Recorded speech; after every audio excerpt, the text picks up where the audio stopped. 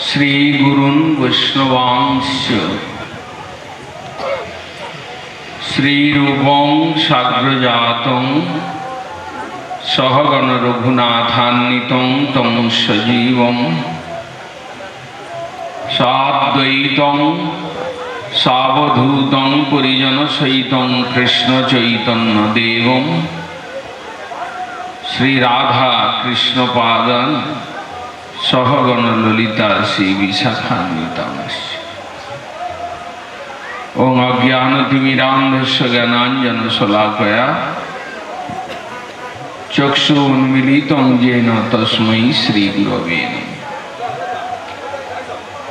नमो महावदन्नाय कृष्णप्रेमप्रदायते कृष्णाय कृष्णचैतन्यनाम्ने गौरतिसे नमः। अनर्पित चरिं चिरात् करुणावतीर्ण कलौ समर्पयितुम् उन्नतो उज्ज्वलरसां सभक्ति श्रियं हरिपुरट सुन्दरद्युति कदम्ब सन्दीपित सदा हृदय कंदरे स्फुरतु न शचीनम्। सजल जलद नीलं दर्शित उदारशीलं करतलोद्धृत शैलं वेणुवाद्ये विशालं व्रजजनकुलपालं कामिनी केलिलोलं तरुणतुलसीमालं नौमि गोपालबालं। तप्तकाञ्चन गौरांगी राधे वृन्दावनेश्वरी वृषभानुसुते देवी प्रणमामि हरिप्रिये। गोविन्दानन्दिनी राधे गोविन्द मनमोहिनी गोविंद सर्वस्व सर्वकांता शिरोमणि। वंशाकल्पतरुभ्यश्च कृपा सिन्धुभ्येव च पतितानां पावनेभ्यो वैष्णवेभ्यो। परम आराध्यतम श्री श्री गौड़ीय गुरुवर्गेर पाद पद्मेर कृपा भिक्षा करे मानपुर ग्रामेर भक्तबृंदेर सम्मुखे किछु भागवती कथा परिवेशन करे आत्मशोधन करार प्रयास करछि। भागवत बोलছেন कोनु राजन इंद्रियवान मुकुंद चरणाम्बुजम न भजेत सर्वतो मृत्युरूपासम अमरत्वमयी। सुखदेव गोस्वामी बोलছেন परीक्षित महाराज के कोनु राजन इंद्रियवान। परीक्षित पंचपांडवेर वंशे जात कृष्ण भक्त गृहे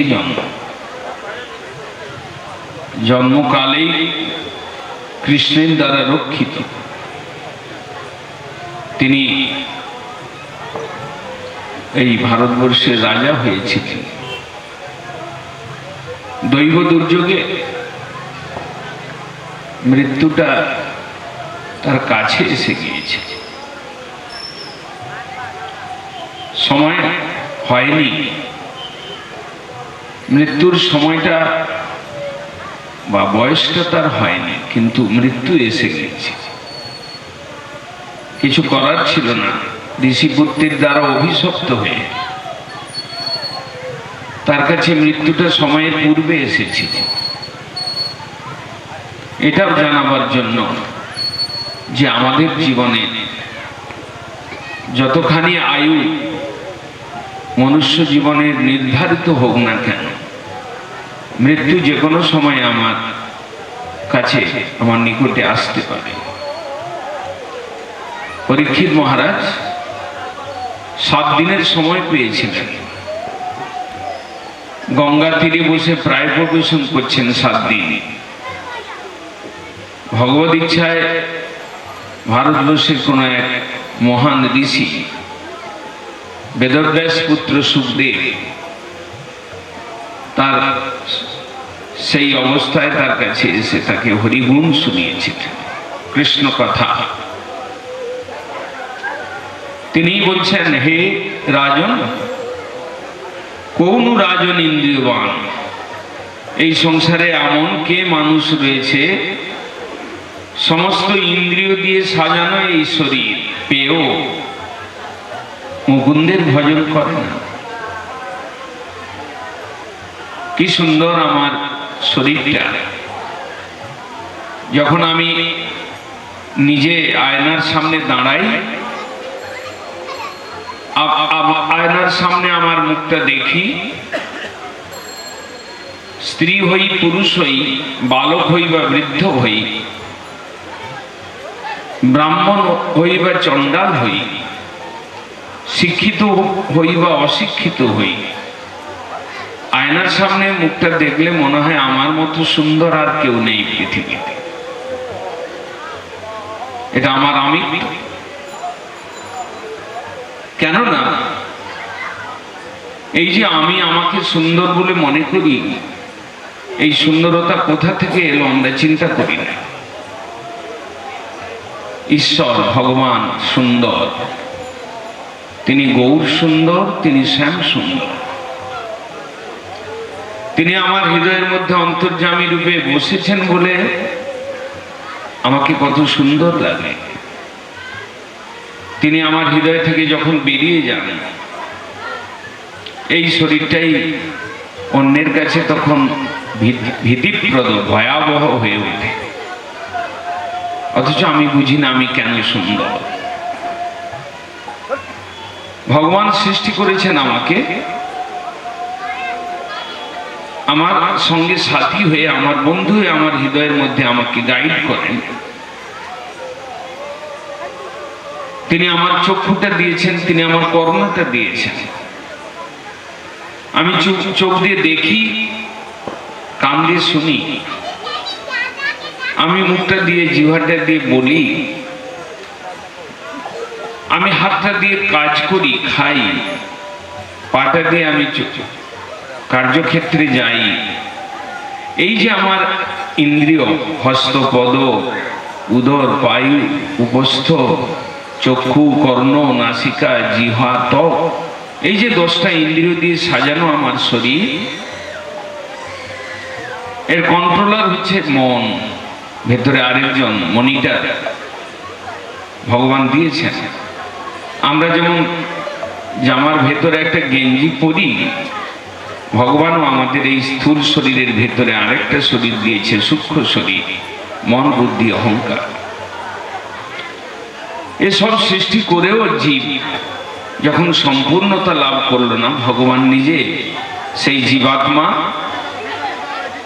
এবং তার সঙ্গে সখা রূপে নিজে প্রবেশ করে আমাকে সম্পূর্ণতা দান করলেন, আমাকে সুন্দরতা দান করলেন। এরকম একটা মানব শরীর পেয়ে আমাকে চক্ষু দিয়েছেন, শুধু তাই নয়, চক্ষুর পলক দিয়েছেন। পলক দিয়েছেন শুধু তাই নয়, তার মধ্যে কেশ, চুল দিয়েছেন, সাজিয়ে দিয়েছেন। আমাকে হাত দিয়েছেন শুধু তাই নয়, আমাকে হাতের আঙুলগুলো দিয়েছেন। শুধু আঙুল দিয়েছেন তা নয়, আঙুলের মধ্যে নখ দিয়েছেন। এত সুন্দর করে বানানো শরীর, এই মনুষ্য শরীর পেয়েও যদি আমি চেতনতার মূল, সুন্দরতার মূল, সুখ শান্তির মূল সেই ঈশ্বরকে ভজন করলাম না, তাহলে আমি ঠকে গেলাম। তাই সুখদেব গোস্বামী বলছেন, কোন রাজন ইন্দ্রিয়মান মুকুন্দ চরণাম্বুজম, যার চরণে মুক্তি রয়েছে, সেই মুকুন্দের চরণ ভজনা কোন মানুষ করে না? ইন্দ্রিয়বান, ইন্দ্রিয় পেয়েছে, বৃক্ষটা খায়, পাতা বাড়ে, ফুল দেয় বা ফল দেয়, সে একটা প্রাণী, কিন্তু তার একটা অসুবিধা রয়েছে। মানপুর থেকে তেমাথানি পর্যন্ত সে যেতে পারে না। আমি আমার পা দিয়ে চলতে পারি। পশু,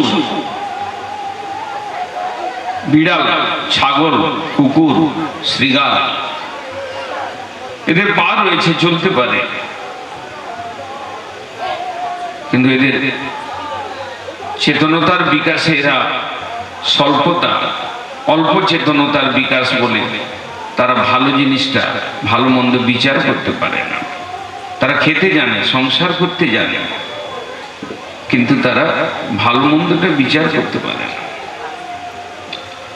একমাত্র মানুষ চেতনতার পূর্ণ বিকাশ যেখানে রয়েছে, ভগবান দিয়েছেন, সেরকম চেতনতার বিকাশ থেকেও পেয়েও আমি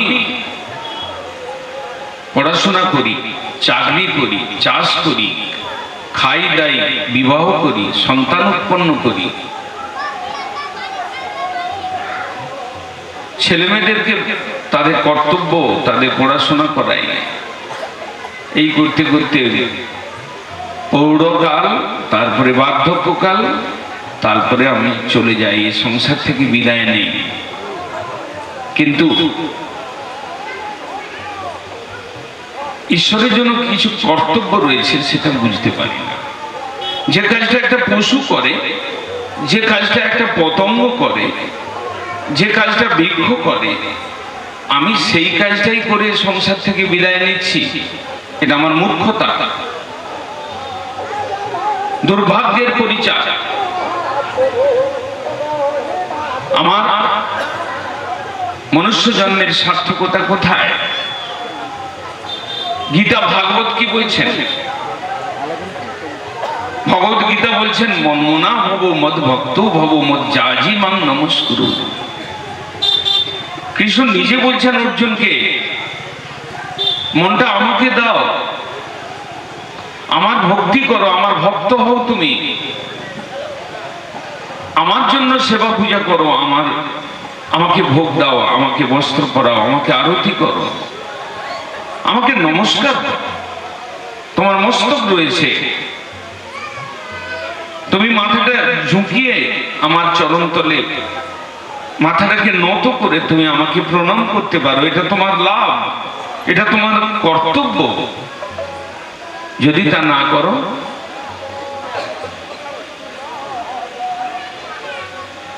তস্মসারং হৃদয়ং বতেদং যদ গৃহ্যমানৈ গুণনামধেয়ৈ। তোমার মন রয়েছে, তুমি ঈশ্বর চিন্তন করো না, তাহলে তোমার হৃদয়টা পাষাণ। তোমার মস্তক রয়েছে, তুমি ভগবানকে নত করো না,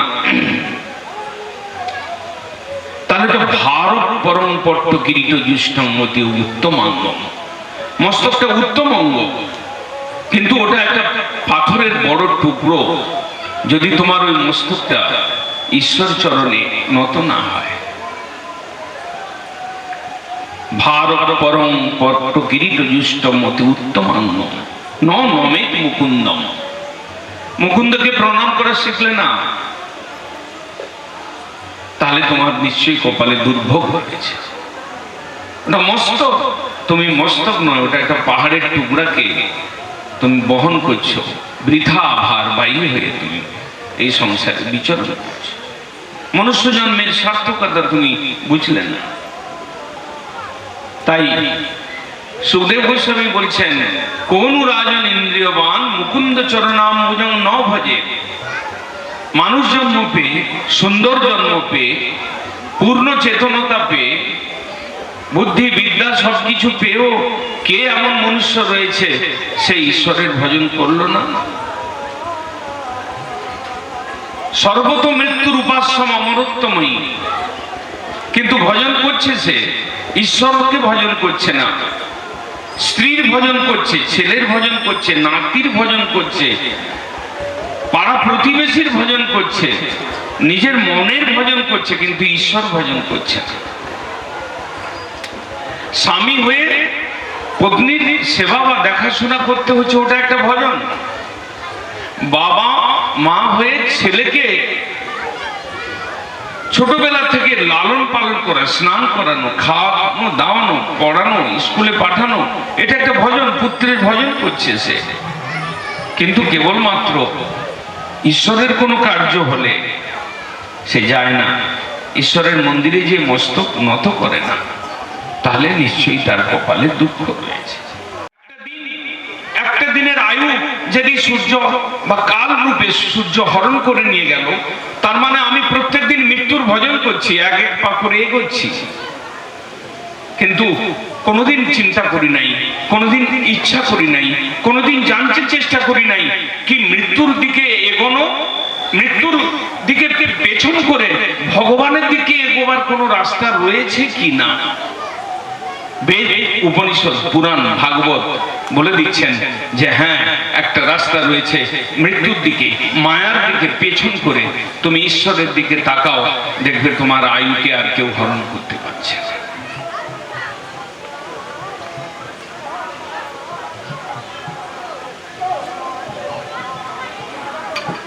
বিদ্যাসাগরের দেশের লোক, পূর্ব মেদিনীপুরের লোক, বিদ্যান লোক, চতুর লোক হয়তো চিন্তা করছেন, তাহলে আমি যদি মায়ার দিকে পেছন করে ভগবানের দিকে তাকাই, তাহলে আমি কি মরবো না? মহারাজ কি বলছেন, তাহলে আমার মৃত্যু হবে না?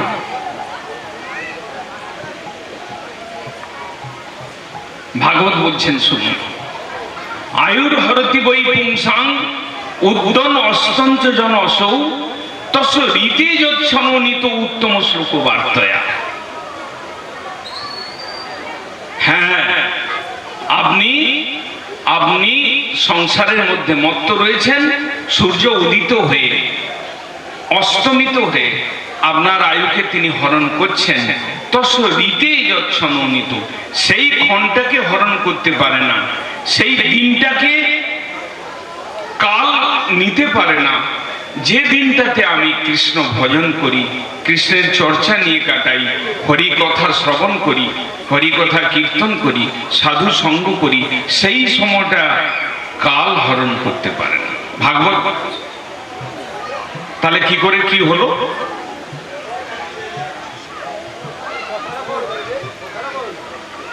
আপনি কয়েক জন্মাবেন, তারপরে মৃত্যু নেবেন। এই যে জন্ম মৃত্যুর ঘোরপা, নাগরদোলায় ঘোরা, আপনি যেদিন সাধু সঙ্গ শুরু করবেন, যেদিন কৃষ্ণ কথা শ্রবণ শুরু করবেন, যেদিন কৃষ্ণ ভজন শুরু করবেন, দেখবেন একবারই মরবেন, 5 বার 10 বার জন্ম নিয়ে মৃত্যু কষ্ট ভোগ করতে হবে না। তার প্রমাণ পরীক্ষিত মহারাজ বসে রয়েছেন গঙ্গার তীরে, সুখদেব গোস্বামী তাকে ভাগবত কথা শোনাচ্ছেন, কৃষ্ণ কথা শোনাচ্ছেন। আপনারা জানেন কেন পরীক্ষিত মহারাজ শ্রমিক ঋষির, ধ্যানরত শ্রমিক ঋষির গলায় একটা মরা সাপ কেন দিয়েছিলেন? ভাগবত শুনবেন, প্রথম স্কন্ধে রয়েছে।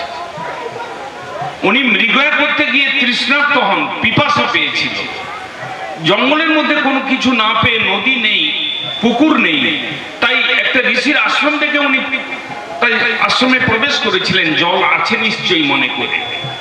জল ছিল, ঋষি ধ্যানমগ্ন ছিলেন, আর কাউকে উনি দেখতে পান নাই। ঋষিকে বললেন যে আমি দেশের রাজা, আমাকে এক গ্লাস জল দিন, আমি খুব পিপাসার্ত। ঋষি ঈশ্বর চিন্তনে এত মগ্ন ছিলেন, সেই কথা তার ভেতর পর্যন্ত যায় নাই। অতএব ক্রোধিত হয়ে রাজা একটা মরা সাপ তার গলায় দিয়েছিলেন, আর তারই ফল তার পুত্র বালক শৃঙ্গী তিনি অভিশাপ দিলেন যে আমার পিতার গলায় যে রাজা এই মরা সাপ দিয়েছে, আজ থেকে 7ম দিনে তক্ষক দংশনে তার মৃত্যু হোক। অভিশাপ।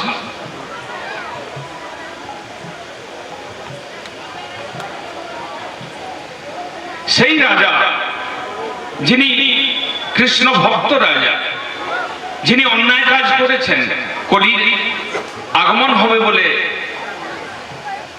তার মাথায় ভূত চেপেছে দিয়েছেন, খারাপ কাজ করেছেন, মুনির অবমাননা করেছেন, মৃত্যু দ্বারে এসে গেছে, 7 দিন সময়, কিন্তু সেই মৃত্যুকে কিভাবে তিনি অতিক্রম করলেন?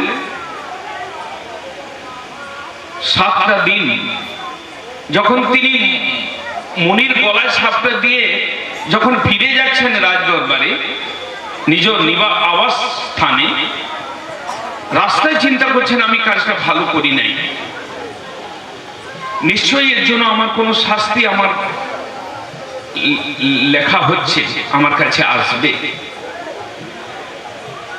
ততক্ষণে ঋষির ধ্যান ভগ্ন হয়েছে। তিনি শুনলেন, তিনি দেখলেন আমার গলায় সাপ। তিনি শুনলেন এই দেশের রাজা তৃষ্ণার্ত হয়ে আমাকে জল চেয়েছিলেন, আমি দেই নাই, আমি অন্যায় করেছি, তার জন্য তিনি মরা সাপ আমার গলায় দিয়েছেন। এবং তিনি এটাও জানলেন যে আমার পুত্র তার জন্য সেই রাজাকে অভিশাপ দিয়েছে, সপ্তম দিনে তার মৃত্যু হবে। এই সব জেনে যে পিপাসা, যে তৃষ্ণা তাকে একটা মুনির গলায় মরা সাপ দিতে বাধ্য করেছিল, তিনি যখন বাড়ি ফিরেছেন তখনই সেই মুনি যার গলায় সাপ দিয়েছিলেন মরা সাপ, মুনি তাড়াতাড়ি কোন তার শিষ্যকে পাঠিয়েছেন রাজার কাছে, যাও যে আমার পুত্র যে অভিশাপ দিয়েছে অন্তত যত তাড়াতাড়ি সেই সংবাদটা উনি জানতে পারবেন, 7টা দিন সময় আছে, তত তাড়াতাড়ি মৃত্যুকে অতিক্রম করবার জন্য উনি কোনো ব্যবস্থা নেবেন। তাই শিষ্যকে পাঠিয়েছেন। রাজা যখন দিয়ে পৌঁছে মুকুটটা খুলেছেন, ততক্ষণে সেই শ্রমিক ঋষির শিষ্য গিয়ে বললেন, মহারাজ আপনার জন্য একটা খারাপ সংবাদ। কি সেই খারাপ সংবাদ? উনি জানতেন ভেতর থেকে একটা খারাপ সংবাদ আসবে। সেই মুনি শিষ্য তিনি বললেন, আজ থেকে সপ্তম দিনে তক্ষক দর্শনে আপনার মৃত্যু হবে। মুনি বড় লজ্জিত, মুনি বড় অনুতপ্ত যে তার পুত্র এই অভিশাপটা দিয়েছে। মুনি তাড়াতাড়ি আমাকে পাঠিয়েছেন যাতে আপনি কোনো একটা ব্যবস্থা নিতে পারেন। 7 দিনে এমন কোনো কাজ করা যায় যে মৃত্যুকে অতিক্রম করা যায় কিনা তার ব্যবস্থা। যে তৃষ্ণা তাকে মুনির গলায় সাপ দিতে বাধ্য করেছিল, তিনি যখন এই মৃত্যুর সংবাদ পেলেন তখন ধুতি এবং পাঞ্জাবি পরে তিনি গলবস্ত্র নিয়ে গঙ্গার তীরে আমৃত্যু অনশন করলেন। মৃত্যুর ডাক এসে গেলে পিপাসাও যে চলে যায় সেটা তিনি দেখালেন। এবং তিনি 7 দিন পর্যন্ত তাকে যখন সুখদেব গোস্বামী ভাগবত কথা শোনাচ্ছিলেন, যখন কৃষ্ণ কথা শোনাচ্ছিলেন, যখন ভগবত লীলা শোনাচ্ছিলেন, তখন তার তৃষ্ণা পায়নি। তখন কৃষ্ণ কথামৃত পান করতে করতে তিনি তৃষ্ণা ভুলে গিয়েছিলেন। যে তৃষ্ণা তার মৃত্যুকে এত কাছে ডেকে এনেছিল, সেই তৃষ্ণা তাকে কৃষ্ণ কথা শুনতে বাধা দিতে পারে নাই। এবং সপ্তম দিনে যখন পরীক্ষিত মহারাজের কাছ থেকে বিদায় নিয়ে সুখদেব গোস্বামী উঠে গেলেন, জিজ্ঞাসা করলেন, তুমি কুশল তো? পরীক্ষিত মহারাজ বললেন, কৃতার্থ অস্মি, কৃতার্থ অস্মি, আমি কৃতার্থ হয়েছি আপনার কাছ থেকে। 7 দিন অমৃত সেবন করলাম, আমি কৃতার্থ। এখন যদি তক্ষক আমার কাছে আসে, মৃত্যু আমার কাছে আসে, আমি জেনেছি আমার আত্মাটা ঈশ্বরের অংশ, শরীরটা একদিন যাবেই। যেমন পুরানো কাপড়টা বাদ দিয়ে আমরা নতুন কাপড় পরি দুর্গাপূজা এলে, ঠিক সেই রকমই এই শরীরটা ছাড়তেই হবে এবং আমি আবার একটা নতুন শরীর পাবো। অতএব গীতাতে বলা রয়েছে, বাসাংসি জীর্ণানি যথা বিহায় নবানি গৃহ্ণাতি নর অপরাণী। আমি বুঝতে পেরেছি আমার মৃত্যু নেই, আমি অমৃতের পুত্র, কিন্তু মৃত্যু যন্ত্রণা আমার কাছে আসে ঈশ্বরকে ভোলার জন্য, হরি ভজন না করবার জন্য। এই জন্ম মৃত্যুর করার গ্রাস, ত্রিতাপ জ্বালার করার গ্রাস, এই সংসারে ক্লেশ, অশান্তি, দুঃখ, জ্বালা, যন্ত্রণা, এইগুলো আমাদেরকে জর্জরিত করে। পরীক্ষিত মহারাজ যখনই সুখদেব চলে গেলেন, প্রসাদের মধ্যে তক্ষক রূপে এলেন অদৃশ্য ভাবে। পরীক্ষিতের মহারাজ শরীরটা সঙ্গে সঙ্গে ভস্মীভূত হয়ে গেল।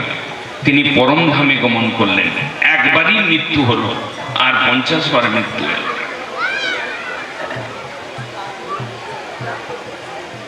কোন রাজন ইন্দ্রিয়বান মুকুন্দ চরণাম্বুজম ন ভজে সর্বতো মৃত্যু বাস।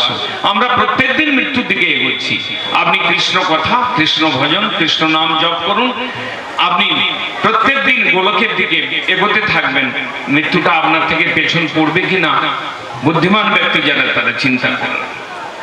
আপনি যদি এখান থেকে পাঁশকুড়া যাওয়া শুরু করেন স্কুটারে, নিজের মোটরসাইকেল চালিয়ে আপনি যদি স্কুটারে করে যান পাঁশকুড়ার দিকে বা ডেবরার দিকে আপনি যদি যান মোটরসাইকেল করে 40 কিলোমিটার 45 কিলোমিটার যাই হোক, আপনি যখন যেতে থাকেন তখন কিলোমিটারটা কমতে থাকে কি?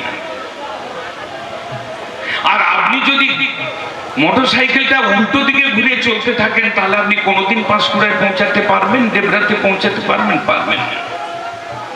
ওই একই হিসাব, যিনি কৃষ্ণের দিকে তাকান, মায়ের দিকে পেছন ফেরান, তিনি মৃত্যুর থেকে তিনি দূরে চলে যান, অমৃত্যু অমৃতের কাছে পৌঁছে যান, আর জন্ম মরণ মালায় তাকে আসতে হয়। মৃত্যুর উপাস্য অমরত্বময়, অমরত্তম যারা দেবতা, ব্রহ্মা, শিব, ইন্দ্র, নারদ, ঋষি, তারাও পর্যন্ত যার ভজনা করে, আমি ক্ষুদ্র মানুষ হয়ে তাকে ভজন করি না। চতুর্মুখ ব্রহ্মা তিনি ভগবানকে স্তুতি করতে থাকেন, প্রণাম করতে থাকেন। ইন্দ্র তিনি ছোট্ট বালক কৃষ্ণের চরণে গিয়ে ক্ষমা চাইছিলেন, কোন সময় কোন অন্যায় করে ফেলেছিলেন। যে ঈশ্বরকে দেবতাগণ পর্যন্ত ভজন করেন, আমি ক্ষুদ্র জীব, স্বল্পায়ু, স্বল্প বুদ্ধি, স্বল্প মেধাযুক্ত জীব, কামক্রোধের দাস আমি ঈশ্বরকে ভজন করি না। কোন রাজন ইন্দ্রিয়বান, যিনি বুদ্ধিমান হবেন তিনি আজ থেকেই ভজন শুরু করবেন, তিনি আজ থেকেই শুরু করবেন। যিনি এই ভারতবর্ষে জন্মগ্রহণ করেছেন, যিনি মুনি ঋষিদের বংশে জন্মগ্রহণ করেছেন, আমরা বলি শান্ডেল্য গোত্র, আমরা বলি ভরদ্বাজ গোত্র আমাদের, আমরা কোনো ঋষি, কোনো না কোনো ঋষির বংশ থেকে আমরা এসেছি, কিন্তু ঋষি মুনিরা যে পথ দেখিয়ে গেছেন আমরা উল্টো পথে হাঁটছি। তাই গীতা ভাগবত বলেন, ঈশ্বর উপাসনা করুন, শান্তির পথ, আনন্দের পথ, দুঃখের চির অবসান করার পথ, সেই দিকে চলুন। যদি আপনি চেতন হন, যদি আপনি বুদ্ধিমান হন, যদি আপনার কাছে সুন্দর ইন্দ্রিয় থাকে, হাতটা রয়েছে একটু মালা জপ করুন, মস্তকটা রয়েছে কৃষ্ণের কাছে প্রণাম করুন, কানটা রয়েছে কৃষ্ণের কথা শুনবার জন্য দিন। এইভাবে জীবনটাকে সার্থক করার কথা বেদ, উপনিষদ, পুরাণ বলেছেন, আমাদের ভারতবর্ষের মুনি ঋষি তারা বলেছে। তাদের পথটা একবার হেঁটে দেখলাম না, বাবা মায়ের পথটা দেখলাম। বাবা মা তারা সংসার ঘানি টেনেছেন, তারা দুঃখে জর্জরিত হয়েছেন, কিন্তু তারা সন্তানকে ওই পথে যাওয়ারই রাস্তা দেখিয়েছেন। এই নয় যে প্রহ্লাদ মহারাজের মতো বাবাকে রাস্তা দেখাচ্ছেন তুমি ঈশ্বরের চিন্তন করো, এই নয় ধ্রুব মহারাজের মতো দেখাচ্ছেন পিতা মাতাকে যে ঈশ্বরই শান্তিময়। কেননা আমাদের সমাজ, আমাদের দেশ, আমাদের বন্ধু বান্ধব, আমাদের মাতা পিতা পর্যন্ত তারা হরিভজনের শিক্ষা দেন না। আমি ঘানি টেনেছি, তুমিও এই ঘানি টানো। আমি দুঃখে জর্জরিত হয়েছি, কিন্তু আমি নিষ্কপটভাবে তোমাকে বলতে পারবো না সে কথা, আমি বলবো তুমিও ঘানি টানো। এই গড্ডালিকার প্রবাহে আমরা প্রবাহিত হয়ে চলেছি। তাই যারা বুদ্ধিমান রয়েছে, আজকে সমাজ বড় কলুষিত, দূষিত, আজকে ধর্মজগৎও বড় বিপন্ন অবস্থায় আছে। এই মেদিনীপুরে এসে আমরা দেখি কত কপালে তিলক, কিন্তু তাদের মধ্যেও কত ভেদ, তাদের মধ্যেও কত শাখা, তাদের মধ্যেও কত অনাচার। আমরা ছোটবেলায়, আমার পার্থিব শরীরটা মেদিনীপুর থেকে জন্মেছে, ছোটবেলা আমরাও দেখেছি অমাবস্যা পূর্ণিমায় খোল বাজিয়ে কীর্তন করতে আমাদের বাড়িতেও দেখেছি, কিন্তু তারা কীর্তন করবার আগে একটু বিড়ির টান নিয়ে নিতেন আর মৎস্য খেতেন। কিন্তু আমরা আজকে যে জায়গায় এসেছি শুদ্ধভাবে হরিনাম করবার, শুদ্ধভাবে খোল বাজাবার, শুদ্ধভাবে কীর্তন করবার আজকে শিক্ষা পেয়েছি ভাগ্যক্রমে। এই মেদিনীপুরের মধ্যে বহু রয়েছেন হরিনাম করেন অথচ মৎস্যাহার করেন, কীর্তন করেন অথচ জীব হত্যা করেন। শুদ্ধ ভাব যুক্ত হয়ে শুদ্ধ সম্প্রদায়ের সঙ্গে যুক্ত হয়ে শুদ্ধভাবে করুন, এটা আমাদের অনুরোধ। তাতে বেশি মজা পাবেন, আনন্দ পাবেন। যদি আপনি মাছকে হরিভজন করেন, করা যায় না তা নয়, আপনি ফল কম পাবেন, আনন্দ বেশি পাবেন না। আপনার এখানকার বাজারে যদি ভুসিমাল দোকান থাকে, তাতে আপনার দোকানে আপনি চাল কিনতে যান, যদি আপনি 25 টাকার চাল পান আর 40 টাকার এক প্রকার চাল পান, আবার আপনি 60 টাকা কিলো একটা চাল পান, চাল তো তিনটাই, কিন্তু আপনি যতটা পয়সা দেবেন আনন্দ ততটুকু পাবেন। আপনি 20 টাকার চাল কিনে নিশ্চয়ই তার মধ্যে কাঁকড় পাবেন, নিশ্চয়ই তার মধ্যে গন্ধ পাবেন না, নিশ্চয়ই সেটা ইটের মতো শক্ত হবে। তা আপনি তো কতটা আনন্দ পাবেন? আপনি ভেজাল দেওয়া জিনিস কিনে ভেজাল দেওয়া জিনিস খাবেন, আপনি ততটাই আনন্দ পাবেন। আর যারা শুদ্ধ পবিত্র সুন্দর বাছাই করে চাল একটু পয়সা খরচা করে কিনলো, তাদের আনন্দটা আলাদা। ঠিক সেই রকম বহু সম্প্রদায়ের মধ্যে অনেকে এসেছেন। কলিযুগে সম্প্রদায়ের কোনো অভাব থাকবে না, কিন্তু শুদ্ধ সম্প্রদায়ে যাওয়া ভাগ্য থাকা চাই। কুয়ার জল রয়েছে, পুকুরের জল রয়েছে, দিঘির জল রয়েছে, সমুদ্রও রয়েছে। কোন জায়গায় বাস করলে আপনি বেশি আনন্দ পাবেন সেটা আপনাকে বুঝতে হবে। ছোট কোনো সম্প্রদায়, কোনো বাবাজি সম্প্রদায় বা কোনো এই গ্রামে ঘরে সাধারণ গুরু হয়েছেন, তাদের কাছে মন্ত্র নিয়ে হরিনাম করছেন। তারা বলে দিয়েছে যে মাছটা খাবেন, একাদশীটা ছাড় দেবেন, বা একাদশী করবেন, 24টা না করলেও চলবে, 4টা করলে চলবে, এইরকম মানে কম্প্রোমাইজ করে আপনাদেরকে কি, তার মানে কি গুরুও কম্প্রোমাইজ করছে, আপনিও কম্প্রোমাইজ করছেন। মাঝখান থেকে লাভটা কে পাচ্ছে? ক্ষতিটা কার হচ্ছে? ক্ষতিটা আপনার হচ্ছে।